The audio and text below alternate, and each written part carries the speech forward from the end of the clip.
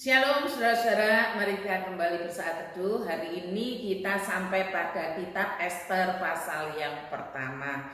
Kita akan belajar arti kehadiran Allah. Saudara, saya mau supaya kita membaca 4 ayat, 2 dari perjanjian lama dan 2 dari perjanjian baru, supaya membentuk pengertian kita tentang kehadiran Allah di tengah-tengah umat.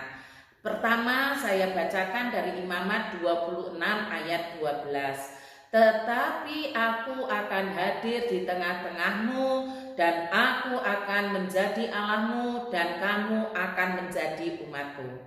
Allah sendiri mengatakan hadir di tengah-tengahmu, di tengah-tengah umat.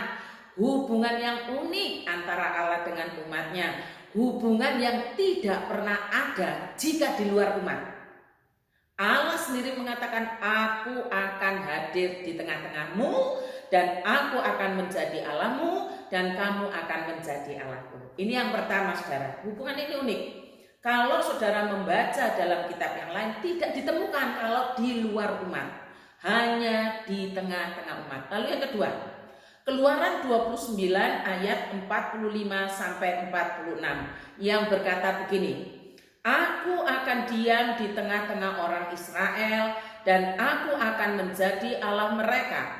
Maka mereka akan mengetahui bahwa akulah Tuhan Allah mereka yang telah membawa mereka keluar dari tanah Mesir supaya aku diam di tengah-tengah mereka. Akulah Tuhan Allah mereka. Aku diam di tengah-tengah mereka. Allah diam di antara umatnya, di antara manusia yang menjadi miliknya dan tidak pernah berubah oleh apapun. Lalu 2 ayat lainnya di dalam perjanjian baru. Yang pertama Matius 1 ayat 23. Sesungguhnya anak darah itu akan mengandung dan melahirkan seorang anak laki-laki dan mereka akan menamakan dia Immanuel, yang berarti Allah menyertai kita. God with us. Allah menyertai kita, Allah bersama dengan kita, Allah dengan kita, dekat sekali. Ini hubungan antara Allah dengan miliknya, Tuhan dengan miliknya sangat dekat. God with us, Immanuel. Lalu yang kedua, Matius 18 ayat 20. Sebab di mana 2 atau 3 orang berkumpul dalam namaku, di situ aku ada di tengah-tengah mereka. Tuhan ada di tengah-tengah umat ketika berkumpul dalam namanya. Saya berharap kita dapat memahami dan mencerna firman Tuhan di atas mengenai kehadiran Allah, kehadiran Tuhan di tengah-tengah umatnya, bahwa Allah tinggal diam di antara umatnya sampai hari ini. Mari kita pegang kuat ajaran ini saudara. Allah tinggal diam di antara umatnya sampai hari ini. Lalu pertanyaannya begini saudara, apakah dengan tinggal diamnya Allah di tengah-tengah umat, bahwa Allah hadir di tengah-tengah umatnya, merupakan jaminan bahwa umat itu tidak akan mengalami kesusahan, tidak mengalami penganiayaan, tidak mengalami penderitaan, apa seperti itu? Jawabannya tidak. Lalu kita tanya, loh kalau gitu apa artinya Allah hadir di tengah-tengah umat? Nah saudara, lewat kitab Ester ini Allah mau menunjukkan kepada kita, menjelaskan kepada kita arti kehadirannya, bahwa ia tetap peduli, bahwa ia tetap memelihara sekalipun umatnya dalam kesusahan, sekalipun umatnya dalam penderitaan, sekalipun umatnya dalam penganiayaan. Dan Allah tetap hadir walaupun senyap. Allah tidak berubah. Kehadirannya menunjukkan kepeduliannya.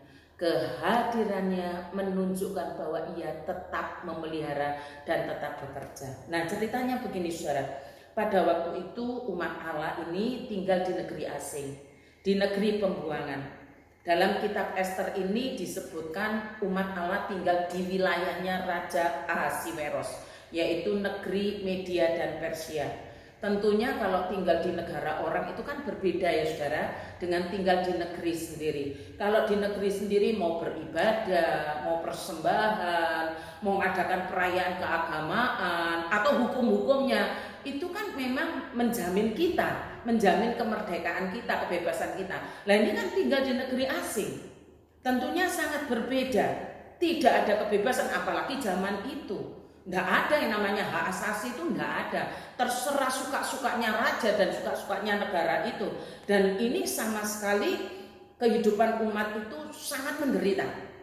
Contohnya dalam hal undang-undang ya saudara, karena hidup di negeri orang asing, maka umat Allah harus tunduk pada undang-undang negeri itu. Konsekuensinya kalau melanggar, maka adalah hukuman mati. Jadi mereka tidak bebas lagi melaksanakan hukum-hukum Taurat, hukum-hukumnya Allah. Tidak bebas. Mereka sangat ketakutan. Lalu kedua, dalam hal ibadah. Kalau dulu bebas saja melakukan ibadah, ritual apapun oke, karena di negeri sendiri. Tapi sekarang di pembuangan tidak bebas. Mereka diharuskan justru menyembah kepada raja sebagai pengganti Allah. Mereka tidak bebas menyembah Allahnya sendiri. Konsekuensinya adalah hukuman mati kalau sampai diketahui. Yang ketiga saudara, dalam hal persembahan. Kalau dulu mereka bebas mengadakan korban persembahan mau berapa kali bebas sesuai dengan aturan hukum Taurat.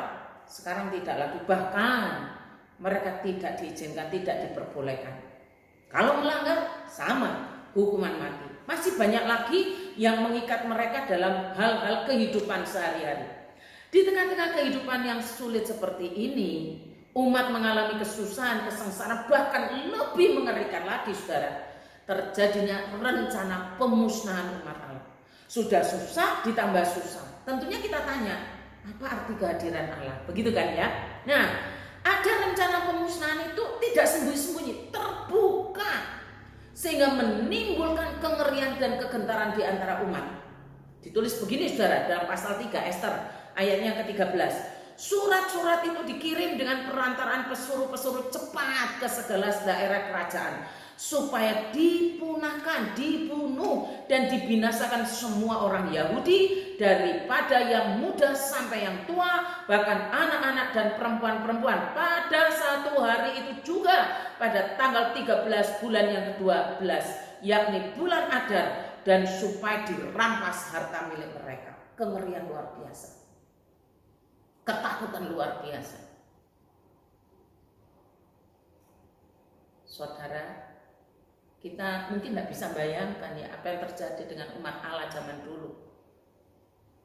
Karena kita tidak pernah mengalami seperti itu. Ya kesusahan ada sih di negeri kita ini. Paling ya izin pendirian gereja ditolak, gereja tidak boleh berdiri. Atau persekusi dulu pernah saya baca, ibadah online di rumah. Digerutuk begitu ada. Kita perlu doakan. Tapi kengerian ini tidak sebanding dengan kengerian umat Allah di zaman itu. Karena itu kita bersyukur masih tinggal di negeri kita yang berbineka tunggal ika ini, di mana kekristenan masih menjadi agama resmi, dilindungi undang-undang, walaupun ada oknum-oknum yang mencoba untuk makin lama makin mengurangi jumlah orang Kristen. Bisa terjadi. Kita masih bersyukur.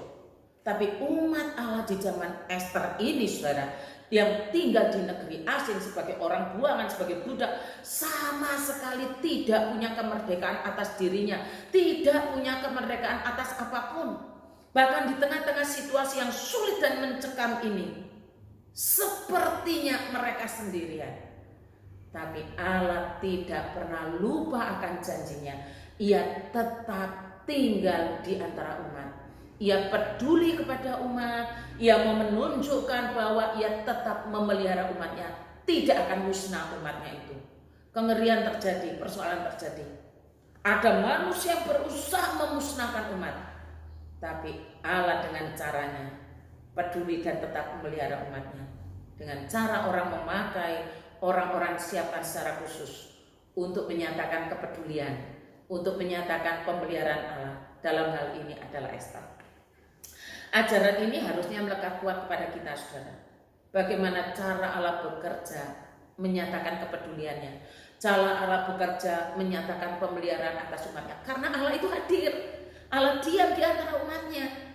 Allah bekerja dan tidak diam, walaupun senyap tetap bekerja. dengan cara membangkitkan seorang perempuan pemberani, yaitu Ester. Salah satu pernyataan iman yang terkenal berkata begini, "Pergilah, kumpulkanlah semua orang Yahudi yang terdapat di Susan, berpuasalah untuk aku, janganlah makan dan janganlah minum 3 hari lamanya, baik waktu malam, baik waktu siang. Aku serta dayang-dayangku pun akan berpuasa demikian. Dan kemudian aku akan masuk menghadap raja, sungguh pun berlawanan dengan undang-undang. Kalau terpaksa aku mati, biarlah aku mati." Ester memilih tetap berada di antara umat walaupun ia sekarang adalah ratu. Tuhan pakai Ester karena imannya kepada Allah. Kalaupun terpaksa aku mati, biarlah aku mati. Saudara, dan di pasal 1 ini Allah telah bertindak mengendalikan segala sesuatunya. Sehingga apa yang tidak pernah dipikirkan manusia, tidak pernah menjadi ide, akhirnya muncul. Apakah itu? Seorang perempuan yang bergelar Ratu Media Persia menolak undangan sang raja untuk hadir dalam pesta minum, untuk memamerkan kecantikannya. Tidak pernah terjadi dalam sejarah sampai hari ini, tapi terjadi ketika Wasti menolak undangan Raja Ahasiweros. Dicatat begini saudara, tetapi Ratu Wasti menolak untuk menghadap menurut titah raja yang disampaikan oleh sida-sida itu, sehingga sangat geramlah raja dan berapi-apilah murkanya. Dengan satu peristiwa ini saja terjadi perubahan politik yang sangat besar, yang nanti kita bisa ikuti dalam pasal-pasal selanjutnya. Pertanyaannya, apakah umat Allah menyadari kalau Allah tetap peduli, Allah yang hadir di tengah-tengah umatnya, Allah yang peduli, Allah yang memelihara? Apakah paham? Tidak paham, belum paham. Sebab mereka belum merasakan efeknya. Umat Allah belum merasakan secara real yang mereka alami. Sekalipun demikian saudara, kita tidak boleh mengukur kehadiran Allah itu dengan ketakutan kita, dengan kengerian kita, dengan persoalan kita. Sebab Allah tetap hadir di tengah-tengah umatnya, Dia peduli, Dia bekerja dengan senyap. Allah tidak bisa diukur dengan kondisi hati kita. Janjinya iya dan amin sejak zaman dulu, sekarang sampai selamanya. Allah ketika berkata, "Aku akan hadir di tengah-tengahmu, aku akan menjadi Allahmu dan kamu menjadi umatku," tetap sampai hari ini. Tetap sampai hari ini. Bahkan dalam Matius 18 ayat 20, "Sebab di mana 2-3 orang berkumpul dalam namaku, di situ aku akan ada. Aku ada di tengah-tengah mereka." Itu tetap sampai hari ini. Semoga saudara tetap percaya dengan teguh bahwa Allah hadir sangat dekat dengan umatnya. Dia tetap peduli. Itu arti kehadiran Allah. Selamat ulang tahun untuk Sinsin Renat Alijandre Suyanto. Janji Tuhan itu ya dan amin. Percayalah dengan segenap hatimu. Mari kita berdoa. Ya Allah yang Maha Hadir, yang Maha Kudus, kami bersyukur menemukan arti kehadiran-Mu, kepedulian-Mu melalui kitab Ester. Kami bersyukur ya Tuhan, kiranya Roh Kudus membuat kami mengerti dan mengalami kehadiran-Mu. Berdoa untuk Sinsin yang hari ini bertambah usia. Mohon Roh Allah membuatnya makin terang dalam hal percaya dan mengasihi-Mu, dan menjadikan orang muda ini sebagai saksi-Mu. Terima kasih Tuhan, di dalam nama Tuhan Yesus kami berdoa. Amin.